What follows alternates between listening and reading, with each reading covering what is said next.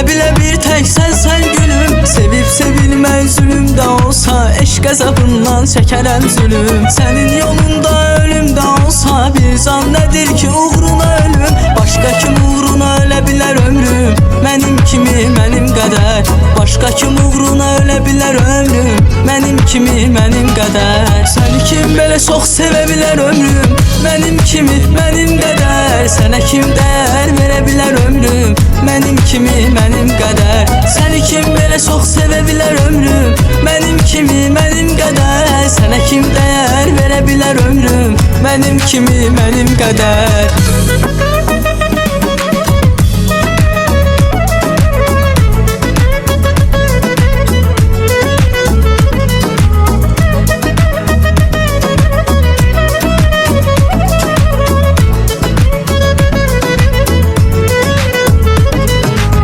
Səndən ayrı, səndən uzaqda heç kim həyatıma təm ola bilməz. Ürəyim hər gecə sızlar xəlvət, nə özüm gülməz, şən ola bilməz. Sənə bir özgəsi can deyər əlbət, əvəz edər ancaq mən ola bilməz. Kim sənə ömrüm deyə bilər ömrüm, mənim kimi, mənim qədər. Kim sənə ömrüm deyə bilər ömrüm, mənim kimi, mənim qədər. Səni kim belə çox sevə bilər ömrüm, mənim kimi, mənim qədər. Sənə kim dəyər verə bilər ömrüm, mənim kimi, mənim qədər. Səni kim belə çox sevə bilər ömrüm, mənim kimi, mənim qədər. Sənə kim dəyər verə bilər ömrüm, mənim kimi, mənim qədər.